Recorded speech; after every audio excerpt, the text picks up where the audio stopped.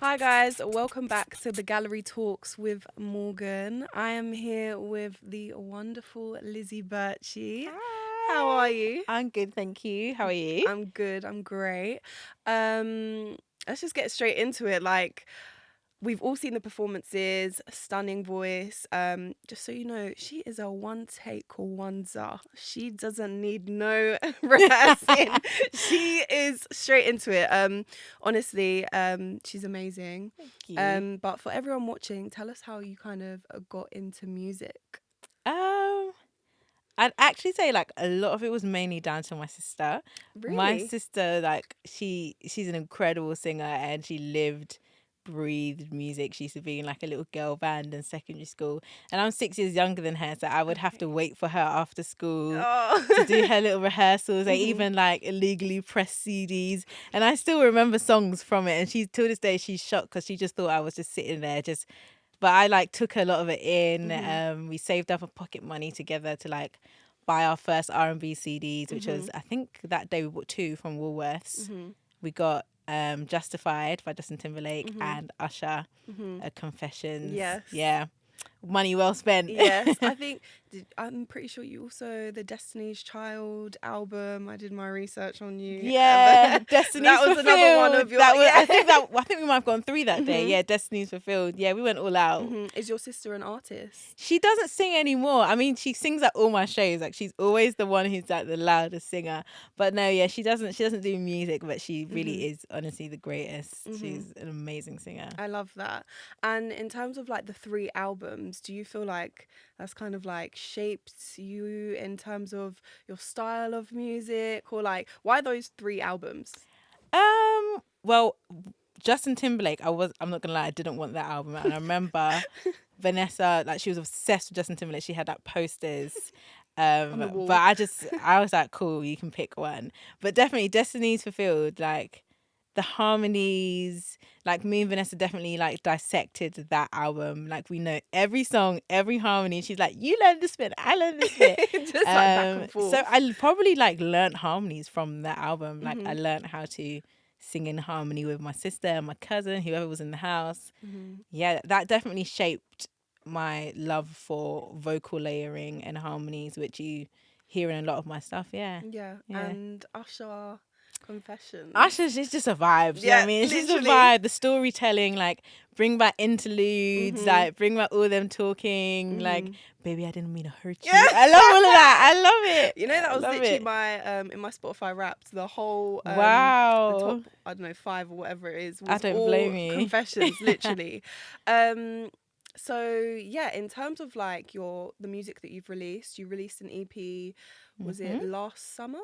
Yeah, last summer, Last last summer, July. and then you released the deluxe version this year Yep. in January. Um, Tell us all about the EP, Yeah. the name, the meaning behind the name. Give us the Yes, my download. first baby, my EP Under the Sun. Yeah, it actually wasn't meant to be called Under the Sun. It was meant to be called Growth, and we decided to change it last minute. Hmm. I just thought it was a cop out because one of the songs was Growth, Okay. and I was like, no, I think I can do something a little bit more interesting. Yeah. And we went for Under the Sun, which is one of the lyrics from Insala, but I thought it still represented the meaning of growth, Hmm. like kind of like my thinking behind it.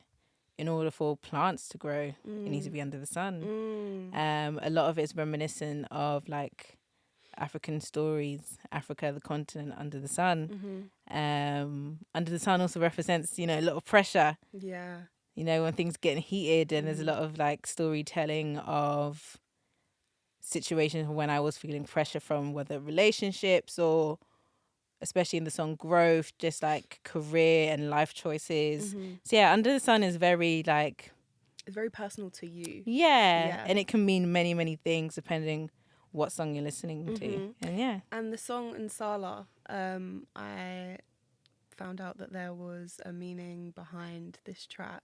Yeah. And I'd just like you to share that with everyone watching. What does Nsala mean? And yeah. Yes. Insala is a song based on a story of a real African slave from Congo, Belgium Congo at the time. And yeah, it's a very, very poignant, brutal story of a slave who had their limbs chopped off for just not working enough that day. And in the photo, there's like a photo that you can find where they're taking of him and he's there, amputated limbs, and his children are there as well. I remember just seeing the photo and just thinking, wow, it's such a powerful photo. And he still looked so strong. And I just wanted to write something that kind of captured his story. So yeah, that's it. They call me Insala, Insala. They call me Insala, Insala. What made you, obviously, you've seen this or you've heard about the story, what made you kind of include that in your EP, and especially in your first EP? That's such a powerful message to send to your listeners. Why? I feel like a lot of people know about the history of West African and the transatlantic slave trade that, was taking place at the time. But a lot of the time, the story of Belgian Congo is always forgotten. Yeah. So I just wanted to highlight some of the atrocities that happened there too. And it was during the summer of the BLM movement and George Floyd, and I was just doing my own personal, research and digging through history. And that's when I stumbled across that, and I was like, being West African, it's very easy to just know your own history. Yeah. And I was like, no, I want to get outside more of what happened, and just understanding the atrocities that happened in Belgian Congo, and it was very, very, very horrible. Yeah. So I just wanted to highlight that. Yeah, because personally, me, I don't know anything about, as you said, like, I'm half Nigerian as well, so I know a lot more about West Africa than I do anywhere else. So I wouldn't have ever even known that if I hadn't either heard your song or looked it up for myself. So I think it's pretty amazing that you can highlight such a real time in like our ancestry. Yeah, exactly. Just through your music. I think that's really beautiful. I'm glad. And another song actually that I just wanted to talk about, your dad speaks at the end of it. Yeah. Abwebi and maybe a friend of Abubunia. And offer double for. And a double mammy, a wee. And I torn crack and Madame for some ram, Jana. In Tiabra, Abunia Bayano. I will be home, baby, a double. Any baby, I was see at the enemy. Please just remind me of the track name. Trying, yeah. Yes. I love that. And he talks about, what is it, a woodpecker? Yeah. And he talks about a woodpecker and a duck. And a duck, yeah. Tell us kind of about the story, because he speaks in, is it Twi? Tree, yeah. Tree, he speaks sorry. in Tree. Mm-hmm. It's just, so my dad is like a proper lover of history, especially like Ghanaian history with Ashanti. So he always would tell us something called Ashanti Amamra, which is like Ashanti stories. And that was just one. I was like, Dad, do you want to record an Amamra for the EP? And he was like, okay, I'll go and think of one. So I was like, okay, cool. And I recorded him do this one. It was literally just like in the corridor of my house. And I thought it was cute. So it's about a woodpecker and a duck, and which one was it? Yes, so the duck mum passed away, and he said invited the woodpecker to the funeral. And when the woodpecker went to the funeral, he realized that the duck was having this funeral when he was burying his mum like in like these shrubs in the ground, and he thought that that's not a respectful way to bury your mother. When my mother passes away, I'm gonna bury her high in the trees so I can honor her. And I just thought it was such a beautiful way of like honoring like our elders. And then obviously the next song is in Sala, which was like to honor the ancestry. So yeah, that is literally the story. No, I just love it. I just wanted to touch upon it because I just love that. Like listening, just hearing your dad at the end, I was just like, oh, this is, I don't know, it's very personal. Like it just made me feel like I got to know you a bit more, and just like your dad on it, I just thought that was really cute. So it's a lovely story. Yeah. It also was quite poignant, like when he was telling me, because like his mum passed away when he was really young. So I was like, oh, I can't believe you picked this one. Like I wanted to cry. So no, it's very emotional, but yeah, no, that's so cute. And again, touching just finally on your EP, what's your personal favourite song? Oh, I don't know. I don't think I have one anymore. I think at points I've had different ones that I've really enjoyed performing. But I don't think I have one. I'd say I do have like a special place in my heart for Trying. I know it's one that many people will probably just skim over, but like I really like the message and sentiment behind it of just like just trying. Yeah. And obviously it has your dad in it, so it's exactly. it's personal to you, yeah. And as you said, you're West African, you're Ghanaian. Yeah. Is there any, or tell us about any kind of Ghanaian influences that you had so many in your music, the high life sound? Yeah. Like, is there any, or I'm sure there's many. Gosh, there's so many. Like, high life was like probably like the number one sound in my house growing up. Like Ibo Taylor. Kojo Entry is one of my favourites. Like, oh my gosh, I went to go see him live when I was in Ghana a couple of years ago, and I was like trying to FaceTime my mum, like singing the song. There's this like my favourite song is the one called Enfaminko Hot, and I was like, it's my favorite. Enfaminko, my Kumesa. Like all the Ghanaians be singing this with me. It's like such a tune.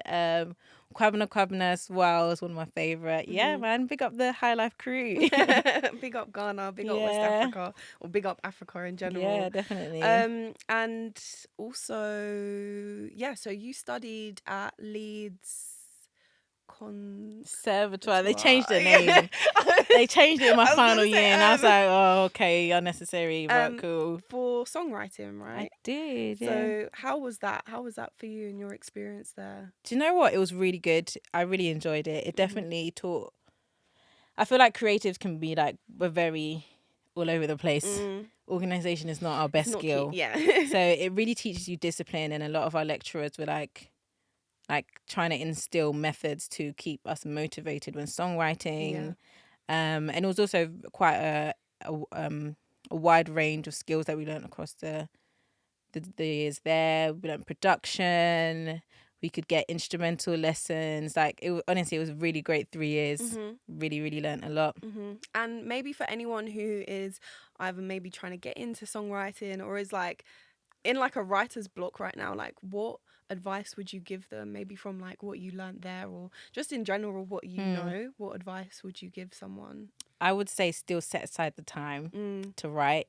Even if nothing comes out of that 1 hour that you set aside, you set that time aside. It's almost like booking in a shift with yourself. Yeah. It's very easy to be like, I don't feel like it, so you don't.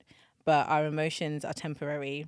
And in those moments, you will actually be able to, like, even if you get a seed of an idea on a day where you didn't feel like it, and then 5 sessions later, that idea turns into, like, your next single, that's because you put in that discipline. Yeah. So I'd say always set aside that time and be disciplined with yourself. It's hard. Like I said, creators, we just don't like to follow schedules. We just like to go on how we're feeling. Yes. But it's so important to, like, try and be disciplined with yourself. Thank you so much. No worries. And kind of finally, just on an ending note, what are your goals for the future? What's the goals for Lizzie Berchie? I'm just trying to pay my bills. We all are. I'm really trying to pay my bills. But no, I also just want to... I want to work towards an album. Hoping that will be in the horizon soon. And I really want it to be like a proper piece of art. Like, I want it to have a proper story. And I only want to do it when I'm ready to. Yeah. So that's one of my goals. And to open for Cleo Soul. Yes. Cleo Soul, please. Yes. If you're ever going to have an opening act, just you heard it, Cleo. holler at someone. If you're watching this, she's ready. She's ready for you. I just think she's like an incredible British musician. Big up Cleo Soul. Okay, well, thank you so much for joining us. We literally had so much fun having you. So did I. And yeah, guys, thank you for watching. If you want to plug your socials. Yes, you can follow me on all social media as Lizzie Berchie, LIZZIE BERCHIE. So we are yours truly, and we will see you next time. Bye. Bye.